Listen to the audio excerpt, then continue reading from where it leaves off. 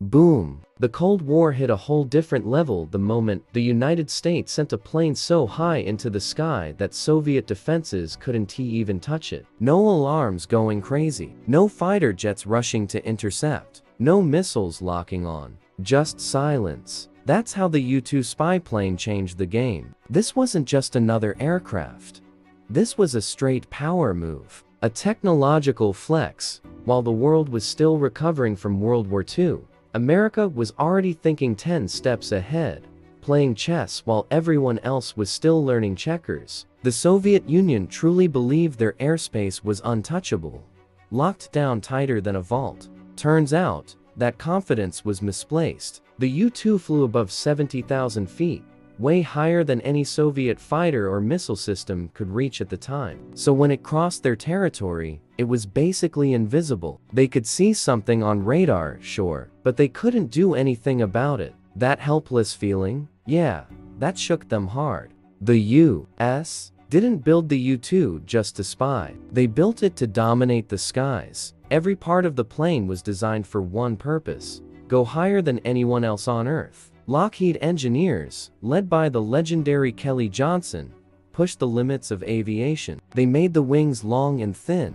almost like a giant glider. That design gave the plane insane lift in thin air. But flying it? Not easy at all. Pilots said it was like balancing on a razor blade. Too slow and you stall. Too fast and the plane could break apart. Zero room for mistakes. Still, these pilots were built different. Ice in their veins. They knew they were flying something untouchable, and that gave them confidence. Real confidence. Every mission was a silent message to the Soviet Union.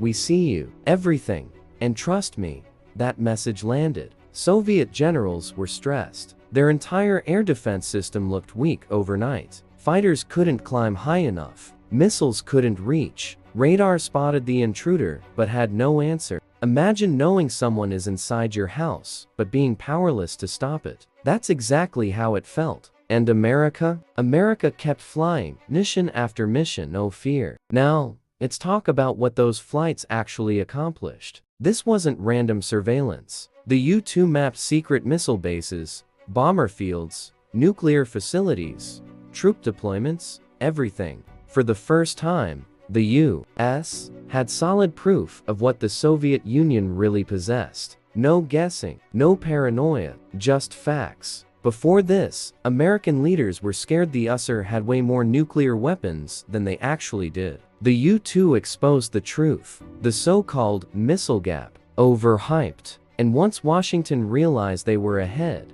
it changed global strategy completely. Military planning shifted. Diplomatic negotiations shifted. Everything was influenced by data collected from this aircraft. That's real power. Not loud, not flashy, just silent control from above. The Soviets absolutely hated it. Imagine being a superpower and still getting outplayed like that. They dumped insane amounts of money into air defense systems trying to stop it. New radars, new missiles, faster jets. None of it worked. For years, Americans kept flying in and out like it was nothing. And here's the crazy part. The pilots knew if they got caught, the U.S. government might deny the mission. No rescue team, no backup, just them alone, deep inside enemy territory. That takes serious guts. These guys even carried poison needles in their gear, just in case capture happened. Dark stuff, but real. Still, they flew over and over. Why? Because they believed this technology edge was protecting America and its allies. There's a strong argument that the U-2 actually helped prevent nuclear war by revealing the truth. Knowledge is power, and this plane delivered it from the edge of space. The Soviet Union felt exposed, embarrassed, straight up violated. Like someone reading your private messages, and you can't stop them. Historians agree. The U-2 changed the Cold War forever. It shifted the balance of power. It made the U.S. look untouchable, and that reputation stuck. Even today, people look back and say, yeah, America was on another level back then, no doubt. Total tech dominance. And this was only the beginning.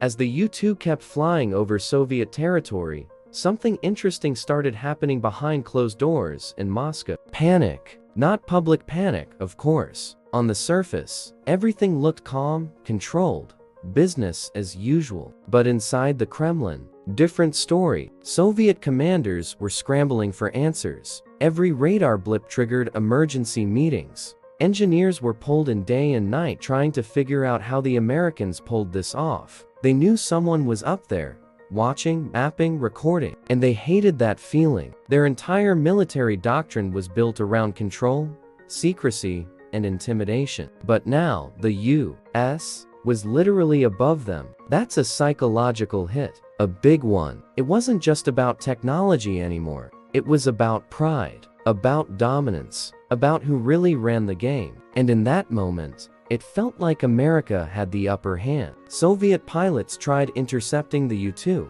but their jets just couldn't climb high enough. Imagine flooring your car, pedal to the metal, and still watching the other guy slowly drift away from you. That's how it felt. Frustrating, embarrassing. Their best aircraft, the MiG-17S and MiG-19S, topped out thousands of feet below the U-2. Even when they tried to climb aggressively, engines would choke in the thin air. Meanwhile, the American plane just cruised, calm, untouched. This wasn't a fair fight. It was like bringing a knife to a drone war, and the Soviets knew it. That's when they realized something ugly.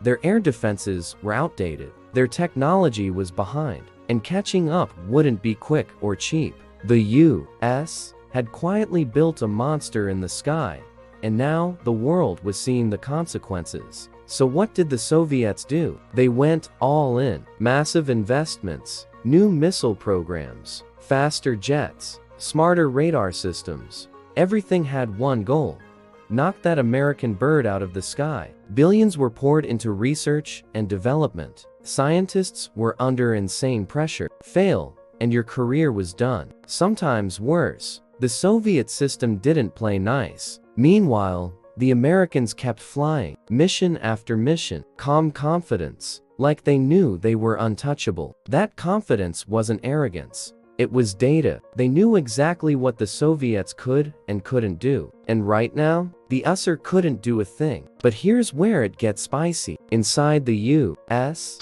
government, there was debate. Some officials worried these flights were too risky. What if one gets shot down? What if a pilot is captured? That could trigger a massive international crisis. Others argued the intel was too valuable to stop. And they were right. The information coming back was gold. It shaped nuclear strategy. It shaped negotiations. It shaped everything. America finally had clarity. No more guessing games. The Soviets were being watched, measured, analyzed. That's a nightmare for any government, especially one built on secrecy. And every time a U-2 landed safely back home, it was a quiet victory. No press release, no headlines, just another reminder that American tech was miles ahead. The Cold War wasn't just fought with weapons. It was fought with brains, with innovation. And right now, the U.S. was winning that round, big time.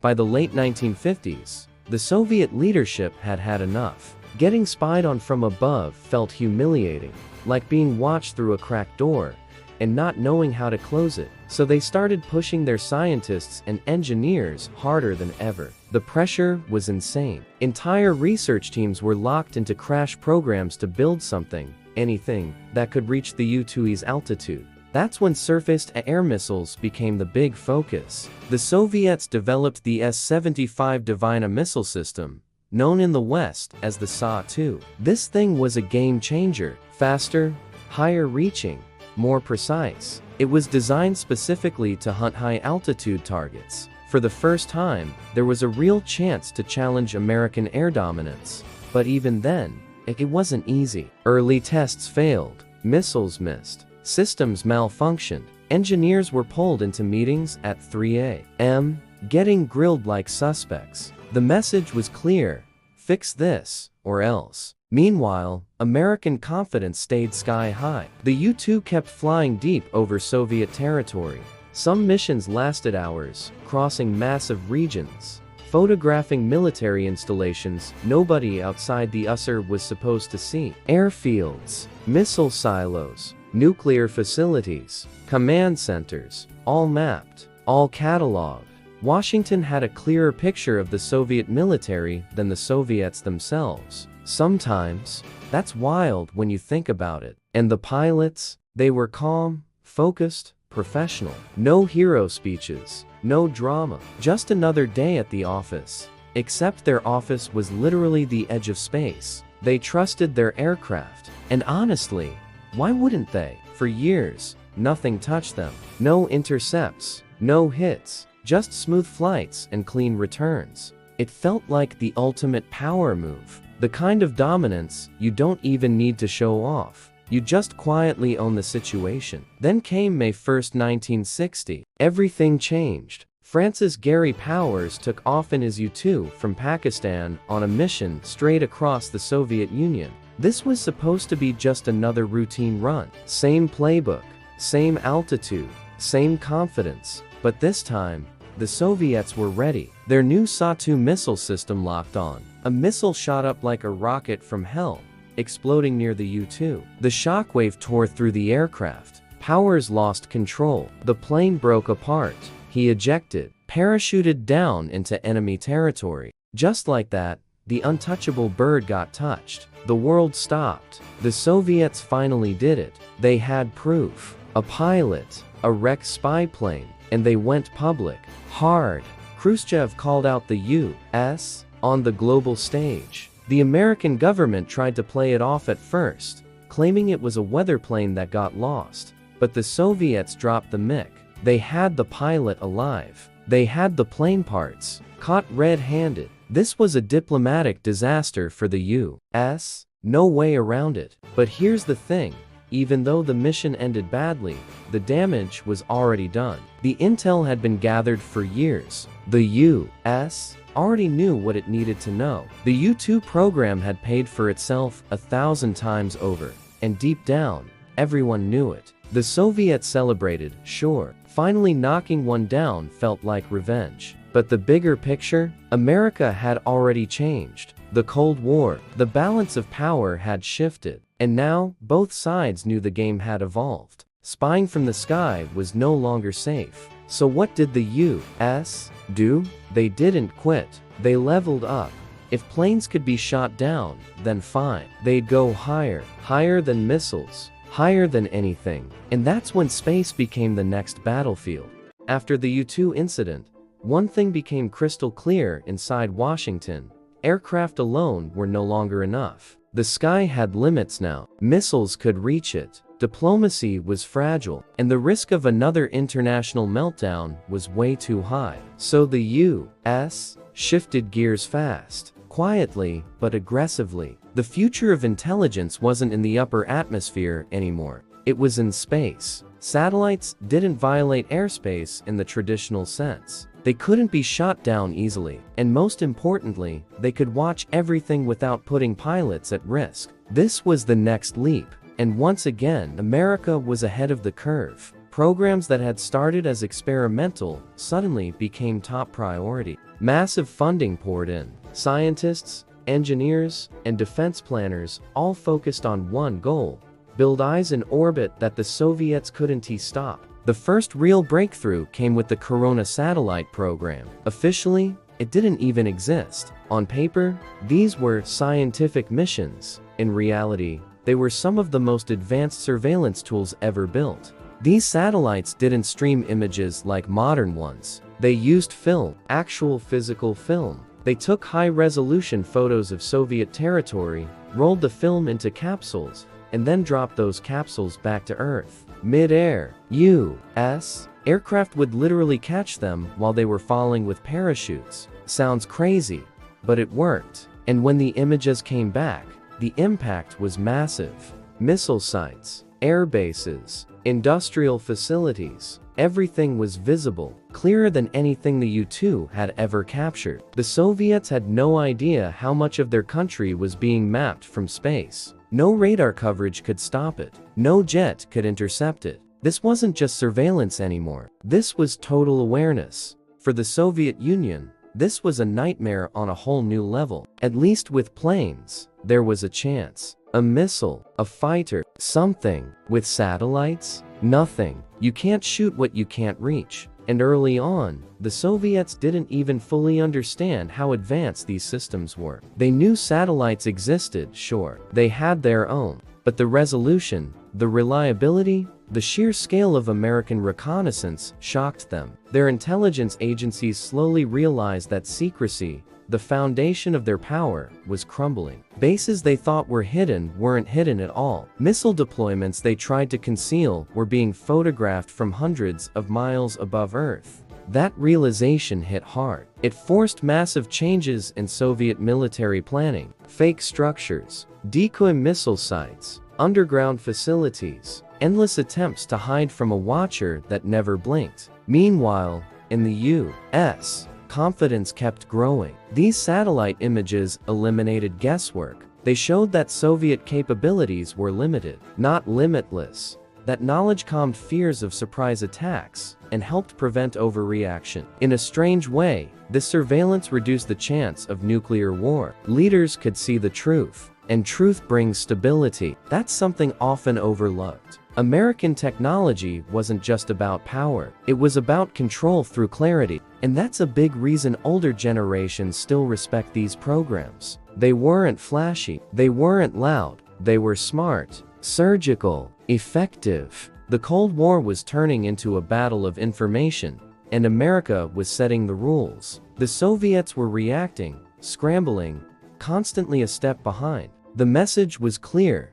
The U.S. wasn't just winning in the sky anymore, it was winning above the sky, and there was no way back from that. By the mid-1960s, the satellite game had completely changed how wars were played. No more blind guessing, no more exaggerated threats. American analysts could literally count Soviet missiles from space. That's insane when you think about it. This level of intelligence was unheard of before. And the craziest part, the Soviets didn't even know how exposed they really were. They suspected, sure, but the full scope? Nah, not even close. Meanwhile, U.S. leaders were sitting in briefing rooms looking at crystal clear photos of enemy installations, like it was Google Maps before Google Maps existed. That kind of visibility gives you insane leverage. Negotiations suddenly felt different. Nuclear talks had a whole new tone. Because now, when the Soviets made claims about their military power, American officials already knew if they were bluffing. And spoiler alert, a lot of it was bluff. This is where that American tech dominance really hit different. It wasn't loud. It wasn't about chest thumping. It was quiet control, knowing your opponent better than they know themselves. That's next level, and older generations respect that kind of power. Not reckless, strategic, calculated. Every satellite launch was a step further ahead. The Corona program alone returned thousands of images, mapping entire regions of the USSR. Factories, rail lines, missile bases, training grounds, all of it documented. And once this intelligence pipeline was flowing, it never stopped. New generations of satellites got better, sharper images, faster recovery, wider coverage. The U.S. was building an invisible network in orbit, and the Soviets were stuck playing catch-up. The Soviet response? Pure stress mode. They started changing layouts of bases, moving equipment at night, building fake missile silos to confuse American cameras, straight-up decoys, wooden rockets, fake doors, fake roads, anything to throw off U.S. intelligence. But the problem was, American analysts weren't dumb. Patterns were studied, shadows analyzed, construction timelines compared. If something looked off, they caught it. This wasn't amateur hour. This was a full-blown intelligence machine. And every failed Soviet trick just proved one thing. America was way ahead in the information war. And here's the part people don't talk about enough. This surveillance actually made the world safer. Sounds backwards, right? But think about it. When both sides know what the other actually has, there's less panic, less overreaction, less launch-first mentality. The U.S. knew the Soviets weren't hiding some secret mega arsenal. That prevented wild decisions. That prevented wars. So while it looked like pure domination, it was also stability, smart power. That's why this era still gets respect. America didn't just build bigger bombs, they built better eyes. And those eyes changed everything. The Cold War wasn't about who could destroy the planet faster anymore. It became about who had the best information. And in that arena, the U.S. was straight up running the table, no debate. By the 1970s, American surveillance tech had reached a whole new tier. We're not just talking about basic photos anymore. These satellites could track movement, notice changes, spot new construction almost in real time. If a base suddenly got bigger, the U.S. noticed. If new equipment showed up, spotted. If something looked out of place, analysts flagged it. This wasn't luck. This was precision. Decades of engineering, trial and error, and straight-up brainpower. The U.S. had built a system that could quietly monitor half the planet without firing a single shot. That's power, not the loud, messy kind. The clean kind. The kind that keeps your opponent guessing while you already know their next move. Chess, not checkers. And what made it even crazier, the public had no clue. Regular Americans were living their lives, going to work, watching TV, grilling on weekends, completely unaware that above their heads was an invisible shield of satellites keeping tabs on the biggest enemy on Earth. That's wild. While the Soviets were putting on parades, showing off tanks and missiles to scare the world, the U.S. was quietly counting every single one of them from space. No hype, no flexing, just silent confidence. That contrast is crazy when you think about it. The USSR was loud about power. America was quiet about control, and control always wins. Inside Soviet intelligence, paranoia started growing. They knew they were being watched, but they didn't know how much. That uncertainty messed with them hard. They started assuming every move was being tracked, every base, every convoy, every new weapon. It created this constant pressure, like being under a spotlight 24/7. You mess up once, and it's recorded. That's a mental game too. The U.S. wasn't just winning technologically, they were winning psychologically. The idea that America sees everything became a real fear inside the Soviet system. And once fear sets in, mistakes follow. Meanwhile, American engineers kept upgrading everything. Sharper lenses, faster data recovery, more coverage, better analysis software. The gap kept growing.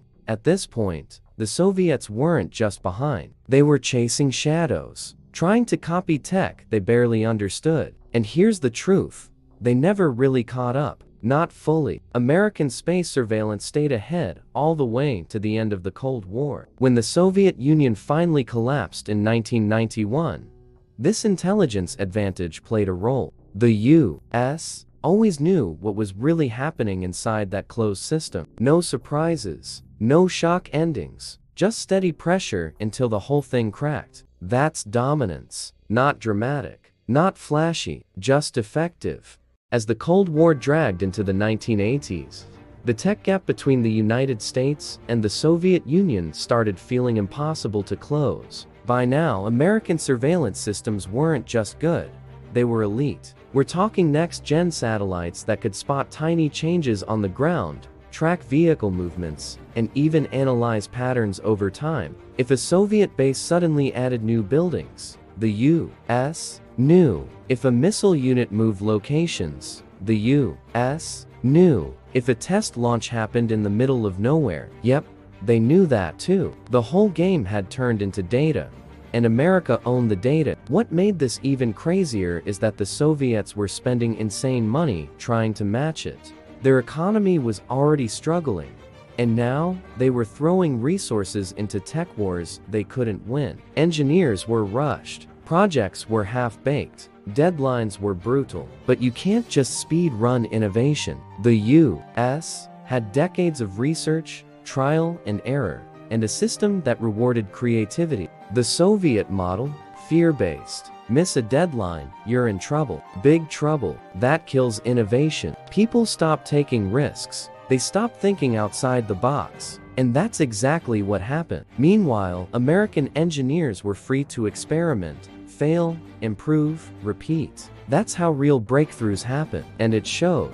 At this point, even some Soviet officials admitted, privately, that they were behind. Way behind. They knew the U.S. had eyes in space watching everything. They just didn't know how sharp those eyes were. That uncertainty ate them alive. Every military move had to be calculated. Every exercise, every deployment, every test. Because there was always that thought in the back of their minds. America is watching this right now. That's pressure. That's psychological warfare without firing a shot. And for Americans, especially the older generation, this era still hits different. It wasn't about being loud. It wasn't about showing off. It was about being smart, strategic, patient. The U.S. didn't just win with bigger weapons. They won with better thinking, better planning, better tech. While the Soviets were flexing on TV, the Americans were quietly controlling the board. That's why the story still matters. It shows what real power looks like. Not chaos, not noise, just calm dominance. And by the time the Cold War was coming to an end, one thing was obvious to everyone paying attention. America didn't just survive the Cold War. They outplayed it. By the late 1980s, the writing was already on the wall, even if most people didn't see it yet. The Soviet system was cracking from the inside. Economic pressure, political instability, and the constant weight of trying to compete with American technology were taking their toll. You can't sprint forever when you're already exhausted. And the U.S. still cruising, still innovating, still staying 10 steps ahead. The intelligence advantage built over decades meant Washington had a crystal clear view of what was happening inside the Soviet bloc. Protests, shortages, military budget cuts, leadership struggles. None of it was a surprise. That kind of awareness gives you control in ways weapons never could. What's crazy is how calm the American response stayed during this period. No overreaction, no panic moves. Because when you see the full picture, you don't need to guess. The satellites, the intercepted signals, the analysis teams working around the clock, all of it created a steady flow of truth. And truth changes everything. While the Soviet government tried to keep up appearances, the U.S. already knew the cracks were spreading. It wasn't about crushing an enemy anymore. It was about waiting, letting time do the work. That's patience. That's strategy. That's power done right. The kind older generations respect. Not flashy, not reckless, just smart. Inside the Soviet leadership, fear turned into acceptance. They knew they couldn't compete in the long run. The tech gap was too big. The economic gap was growing. And the psychological pressure of being constantly watched, that never went away. Imagine trying to run a superpower knowing your rival probably knows your next move before you make it. That messes with your head. Big time. Some Soviet officials even admitted later that American surveillance made them feel trapped. Like there was nowhere to hide. No way to surprise the U.S. That kills any chance of strategic advantage. And when the Berlin Wall fell in 1989, it wasn't just a political moment. It was symbolic. It showed the world that the Cold War was ending. And not with bombs, but with collapse. A system that couldn't keep up finally gave in. And behind the scenes, American intelligence had seen it coming. That's the crazy part. No shock, no sudden twist, just confirmation of what they already knew. This is why the tech story matters. It wasn't just about gadgets or machines. It was about seeing the future before it arrived. And America? America had front row seats the whole time. After the Cold War officially ended, a lot of classified information slowly started coming out. And when people finally saw what the U.S. had been doing behind the scenes, jaws dropped. Former intelligence officers, military analysts, even politicians admitted the same thing. American surveillance tech had been way more advanced than anyone imagined. Those early spy planes, those secret satellites, all of it formed a hidden backbone of U.S. power. The public had seen tanks, bombs, fighter jets, but the real advantage? Information, quietly collected, carefully analyzed. That's what won the long game.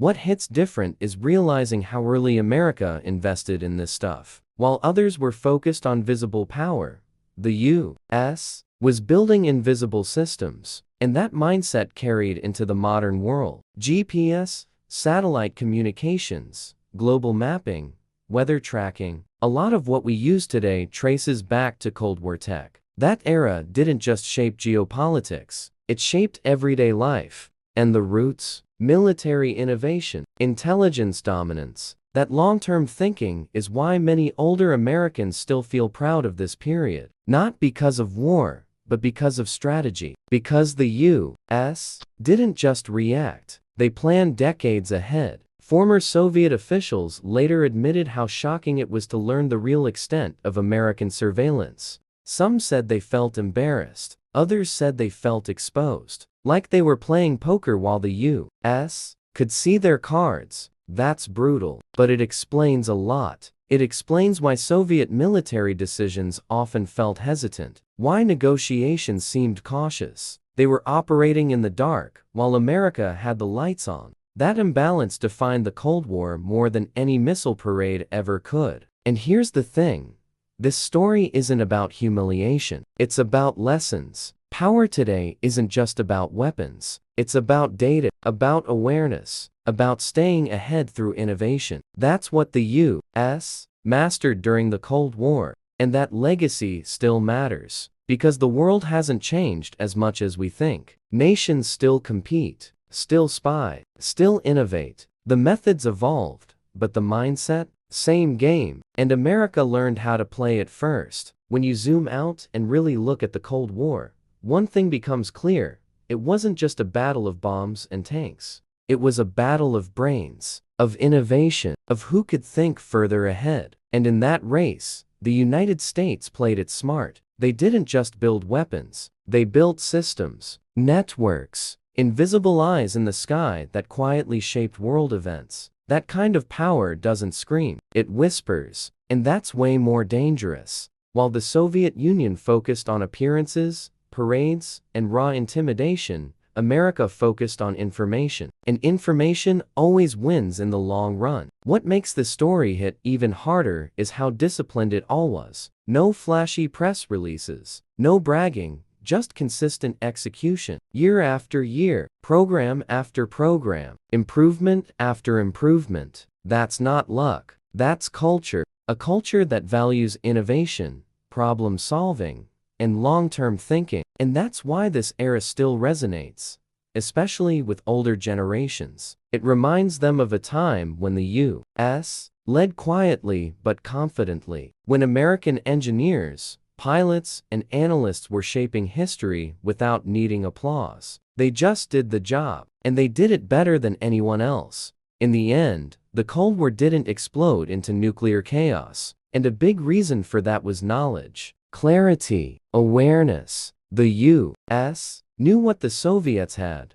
what they didn't have, and what they were planning. That prevented panic. That prevented bad decisions. That prevented wars. So while these spy planes and satellites might sound like tools of conflict, they actually helped keep the peace. That's the irony. And that's the real flex. Winning without destroying everything. So when people talk about American technology shocking the world, this is what they mean. Not gadgets, not hype, real impact, quiet dominance, smart power, the kind that changes history without firing a shot. And that legacy? It's still alive today. Every satellite orbiting Earth, every secure communication, every global system we rely on traces back to this moment in time. The moment America decided to look higher, think smarter, and stay ahead.